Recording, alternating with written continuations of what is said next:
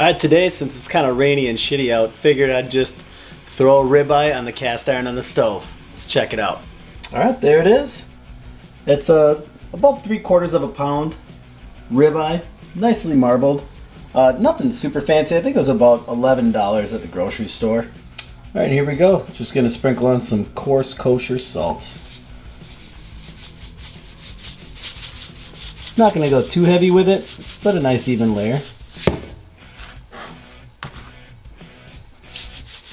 I'm just going to do the sides, or just the top and bottom for now. I'm not going to salt all around the edges. I will definitely season them, but for now, for this rest, all I'm trying to do is draw out just a little bit of that moisture and let the salt dissolve into the meat. Actually, the longer, the better that you can do this, but an hour on a weeknight is fine for me. All right, there we go. It has been an hour, and you can see how the surface has, the salt has dissolved on the surface and been absorbed. And this thing is definitely ready to be seasoned. You can see what it looks like underneath.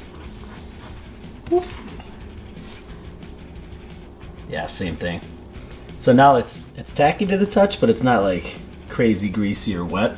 So it'll take some seasoning just fine. I'm gonna get the cast iron fired up and get this guy seasoned. I'm gonna be cooking this thing in pure avocado oil. It has a little bit higher smoke point than olive oil, I believe. And that's what I got right now. I've also got olive oil, but I figured what the hell.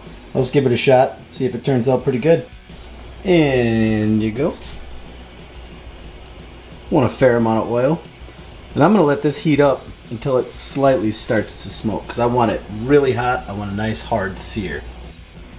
And the KillerHogs Steak Rub is what's gonna go on this guy. I'm not gonna go too crazy heavy. This isn't the thickest steak in the world, so I don't want it to be overpowering. There we go. Nice layer on there. But now it's important to get those sides. I'm just gonna kind of dab that thing in there. It's a good way to get the sides going. I feel like a bunch of seasoning just gets tossed on the cutting board otherwise. Decent coverage. Ooh, I don't know if you guys can see that. That oil is definitely hot. Let's see what it sounds like when we throw a steak on there.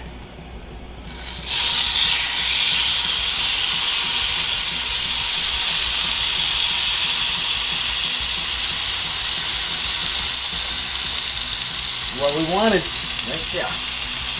Nice and hot. I'm gonna let this go for about, I'm gonna say 2.5 minutes on this side, nice and hot, and then I'm gonna flip it.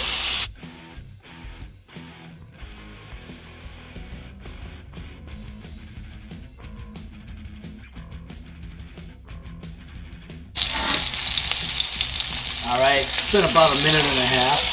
But I'm sure it's got a nice cut. Oh yeah, it sure does.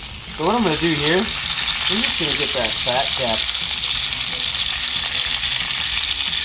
in that fat for a little bit, just to crisp up. I really like it when the fat gets done. I'm sure some people are probably at home like, what is he doing? What's the point of that? Like, quit it, just take it off. But I like that quick little blast. And then now we're done. Ooh.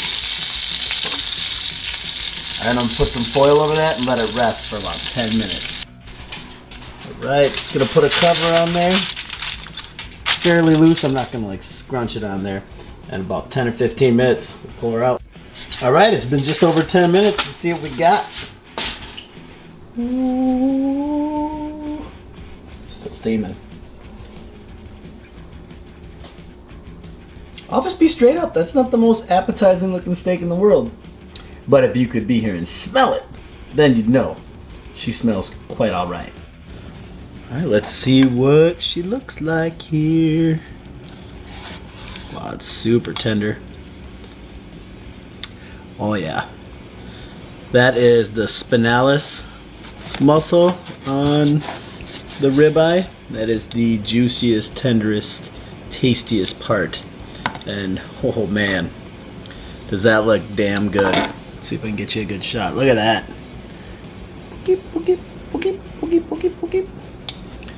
Beautiful. Cut up the rest here.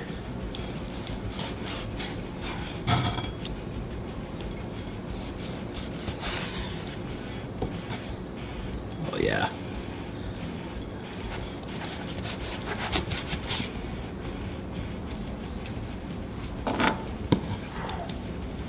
All right, sweet. Well, I have to try a piece of this spinalis. That looks like a winner, doesn't it? Let's give her hell.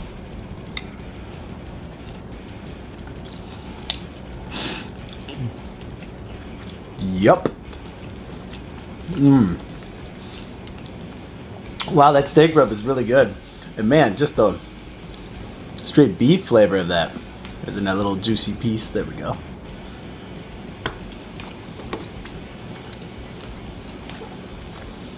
That is damn good. Very, very good.